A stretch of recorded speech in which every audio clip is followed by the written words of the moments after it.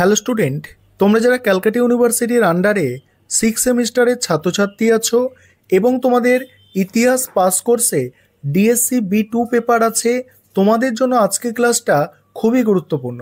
আজকের ক্লাসে তোমাদের একটি গুরুত্বপূর্ণ 20 নম্বরের প্রশ্নের উত্তর নিয়ে আলোচনা করব। প্রশ্নটা হচ্ছে, জার্মানির ধর্ম সংস্কার আন্দোলনের কেন্দ্রীয় ব্যক্তিরূপে মার্টিন লুথারের সাফল্য নির্ধারণ করো বা মার্টিন লুথারের অবদান আলোচনা করো। এই প্রশ্নের উত্তরটা কিভাবে তোমরা গুছিয়ে লিখবে দেখে নাও। প্রথমেই একটা ভূমিকা, সেখানে কি লিখবে? 1517 সালে মার্টিন লুথার যখন ক্যাথলিক চার্চের বিরুদ্ধে তার বিখ্যাত 95 থিসিস প্রথম প্রকাশ করেন, তখন থেকে ইউরোপীয় ধর্ম সংস্কারের এক নতুন অধ্যায়ের শুরু হয়। মধ্যযুগে ক্যাথলিক চার্চ নানা অনৈতিক কার্যকলাপে লিপ্ত ছিল, বিশেষত ইন্ডালজেন্স বা পাপ মোচনের জন্য অর্থ আদায়ের প্রথা সাধারণ মানুষের মধ্যে অসন্তোষ সৃষ্টি করেছিল।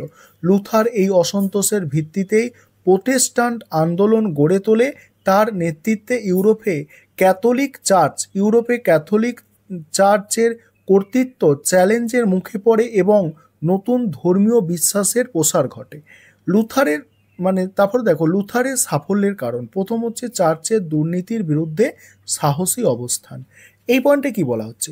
লুথার চার্চের দুর্নীতি, বিশেষ করে পোপ ও ধর্মগুরুর বিলাসিতা এবং ইন্ডালজেন্স বিক্রির বিরুদ্ধে সরাসরি আক্রমণ করেন।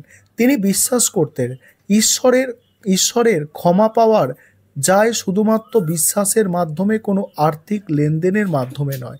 তাই এই মতবাদ সাধারণ মানুষ ও ধর্মযাজকদের একাংশের সমর্থন অর্জন করে।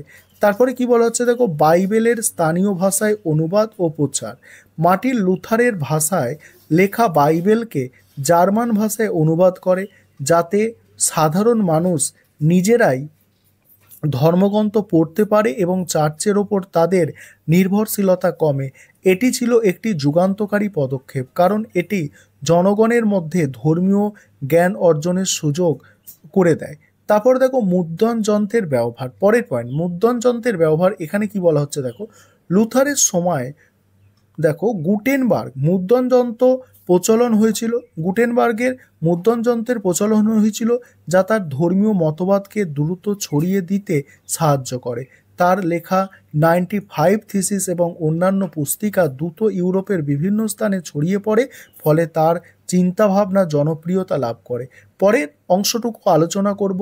তার আগে যে বিষয়টা তোমাদের বলার আছে, তোমাদের জন্য অনলাইন কোচিং ক্লাস চলছে। তোমরা যারা অ্যাডমিশন নিতে ইচ্ছুক আছো বা স্টাডি মেটেরিয়াল পারচেস করতে ইচ্ছুক আছো, নিচে যে নম্বর দেখতে পাচ্ছ এই নম্বরে যোগাযোগ করে স্টাডি মেটেরিয়াল পারচেস করতে পারো বা আমাদের পেড ব্যাচে অ্যাডমিশন নিতে পারো। দেখো, পরের পয়েন্ট হচ্ছে সামন্ত শাসকদের সমর্থন। লুথারের সংস্কারমূলক কার্যক্রম রাজনৈতিক ক্ষমতাকেও প্রভাবিত করেছিল। অনেক জার্মান সামন্ত প্রভু ও রাজারা ক্যাথলিক চার্চের আধিপত্য কমানোর জন্য লুথারের সমর্থন করে। বিশেষ করে দেখো, স্যাক্সনির ফ্রেডরিক তাকে আশ্রয় দেন, যার ফলে লুথার তার মতবাদ প্রচারে অব্যাহত রাখতে সক্ষম হয়। নতুন খ্রিস্টান সম্প্রদায়ের জন্ম। লুথারের নেতৃত্বে ক্যাথলিক চার্চ থেকে বিচ্ছিন্ন হয়ে নতুন প্রোটেস্ট্যান্ট চার্চের সূচনা হয়, যা খ্রিস্ট ধর্মের ইতিহাসে এক গুরুত্বপূর্ণ পরিবর্তন। পরবর্তীতে ক্যালভিনবাদ এবং অ্যাংলিকান চার্চও গঠিত হয়, যা খ্রিস্ট ধর্মের বৈচিত্র্য বৃদ্ধি করে। পরের পয়েন্ট হচ্ছে শিক্ষা ও সামাজিক পরিবর্তন। লুথারের ধর্ম সংস্কার কেবল ধর্মীয় ক্ষেত্রে নয়, শিক্ষা ক্ষেত্রেও প্রভাব ফেলে। তিনি নারী ও পুরুষ উভয়ের জন্য শিক্ষার প্রসারে গুরুত্ব দেন এবং ধর্মীয় শিক্ষার পাশাপাশি সাধারণ শিক্ষার প্রসার ঘটান। তারপরে উপসংহারে কি বলা হচ্ছে দেখো, মার্টিন লুথার ছিলেন ধর্ম সংস্কার আন্দোলনের অন্যতম প্রধান ব্যক্তি, যিনি ইউরোপের ধর্মীয় ও সামাজিক ক্ষেত্রে এক বিশাল পরিবর্তন এনেছিলেন।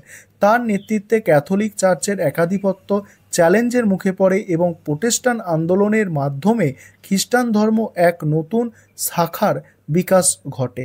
তার সাহসী অবস্থান, প্রচারের কৌশল এবং জনগণের প্রতি নিবেদন তাকে ইতিহাসের অন্যতম সফল ধর্মীয় সংস্কারক হিসাবে প্রতিষ্ঠা করে। ধর্মীয় বিশ্বাস ও ব্যক্তি স্বাধীনতার পথপ্রদর্শক হিসাবে লুথারের অবদান চিরস্মরণীয় হয়ে থাকবে। এই ছিল তোমাদের একটি গুরুত্বপূর্ণ 20 নম্বরের প্রশ্নের উত্তর।